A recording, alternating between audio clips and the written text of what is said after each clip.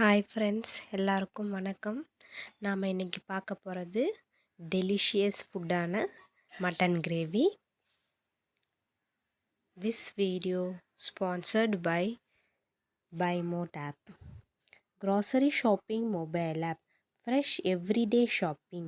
Easy search. Fast and secure app. Exclusive discounts. Start shopping now by Moat. Download by Moat. Mutton கிரேவிக்கு தேவையான பொருட்களெல்லாம் பார்த்துக்கலாம். இப்போ நம்ம 1/2 கிலோ மட்டன் நல்லா மஞ்சள் தூள் போட்டு வாஷ் பண்ணி வச்சுருக்கேன். வெங்காயம் சின்ன சைஸ் மீடியம் சைஸ் வெங்காயம் தான் 5. தக்காளி ஒரு 4 தக்காளி எடுத்திருக்கேன். முழு பூண்டு 1, இஞ்சி ஒரு துண்டு, கொத்தமல்லி, கருவேப்பிலை எல்லாம் எடுத்திருக்கேன். பட்டை, லவங்கம், சோம்பு கொஞ்சம், அதுக்கப்புறம் மெழுகு எடுத்திருக்கேன். இப்போ எப்படி செய்யறதுன்னு வாங்க பார்க்கலாம். குக்கரில் மட்டன் போட்டிருக்கேன். அதில் மஞ்சள் ஸ்பூன் ஒரு 1/2 ஸ்பூன் மஞ்சள் தூள், மிளகாத்தூள் ஒரு 1/2 ஸ்பூன் மிளகாத்தூள் போட்டுக்கலாம். மட்டன்றதுனால குக்கரில் வச்சாதான் வேகும். இது கொஞ்சம் முத்தல் கறியாகவே இருக்குது. அதனால் நான் ஒரு 5 விசில் வச்சுருக்கேன். தேவையான அளவு உப்பு. இப்போ அதுக்கு 2 கிளாஸ் தண்ணி ஊற்றிக்கிறேன்.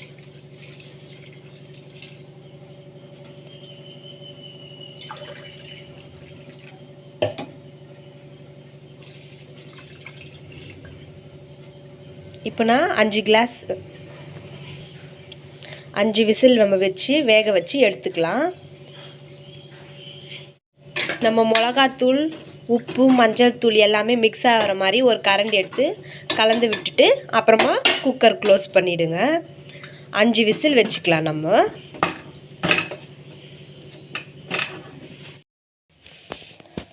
ஒரு அதே குக்கர் வச்சுருக்கேன். அதில் 1/2 கிலோ மட்டன் எடுத்திருக்கோம். அதுக்கு 50 கிராம் எண்ணெய் ஊற்றிக்கலாம்.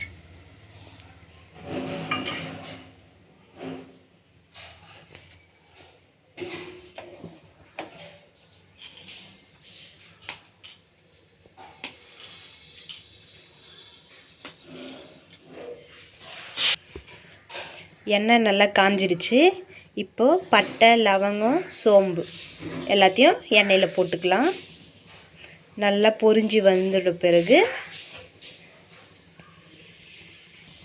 நல்லா பொரிஞ்சிடுச்சு. இப்போது வெங்காயம் போட்டுக்கலாம்.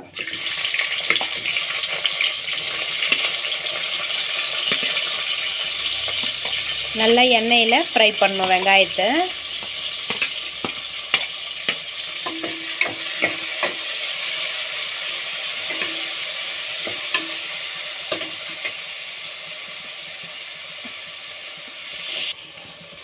வெங்காயம் பாதி வதங்கின பிறகு கொத்தமல்லி, கருவேப்பிலை அதெல்லாம் போட்டு நல்லா வதக்கிக்கலாம்.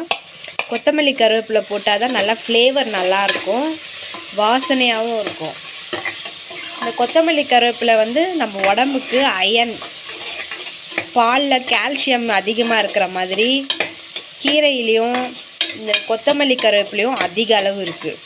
அதனால் எந்த டிஷ்ஷு செஞ்சாலும் கொத்தமல்லி, கருவேப்பிலை போட்டுக்கிட்டா நம்ம உடம்புக்கும் நல்லாயிருக்கும், டேஸ்ட்டும் நல்லாயிருக்கும்.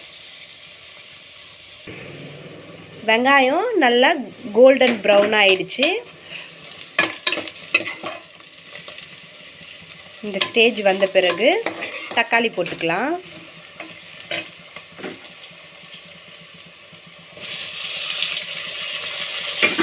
தக்காளி போட்டு நல்லா வதக்கிக்கலாம்.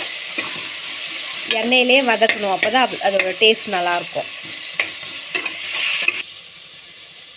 தக்காளி இந்த ஸ்டேஜ் வந்ததும் இஞ்சி பூண்டு பேஸ்ட் போட்டுக்கலாம். இப்போது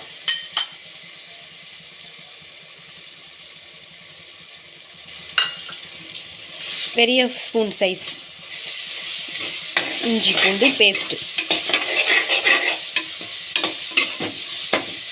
நல்லா எண்ணெயில் அந்த பச்சை வாசனை போகிற அளவு வதக்கிக்கோங்க. அப்போ தான் அந்த ரா ஸ்மெல் இல்லாமல் இருக்கும்.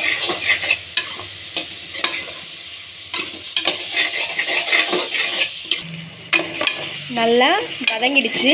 இஞ்சி பூண்டு வெங்காயம் தக்காளி எல்லாமே மிக்ஸ் ஆகிட்டு இந்த ஸ்டேஜ் வந்ததும் இப்போ நம்ம வேக வச்சுருக்க மட்டனை இதில் போட்டுடலாம்.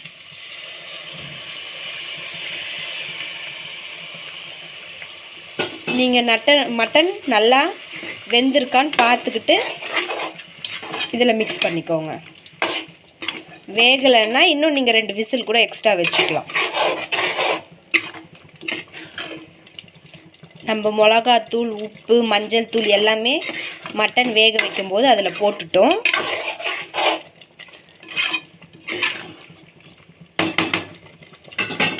இப்போ யாருக்காவது நீங்கள் டேஸ்ட் பண்ணி பாருங்கள். குறைவாக தெரிஞ்சிச்சுன்னா கொஞ்சம் போட்டுக்கலாம் எக்ஸ்ட்ரா.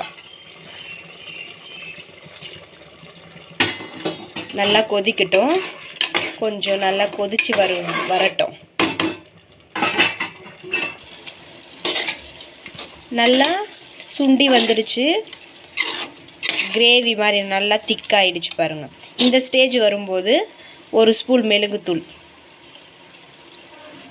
போட்டுக்கோங்க. மிளகுத்தூள் போட்டு நல்லா மிக்ஸ் பண்ணி விடுங்க.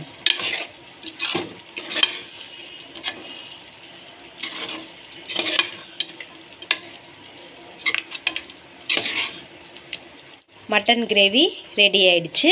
இப்போ நீங்கள் ஸ்டவ் ஆஃப் பண்ணிடலாம். மட்டன் கிரேவி ரெடி ஆயிடுச்சு.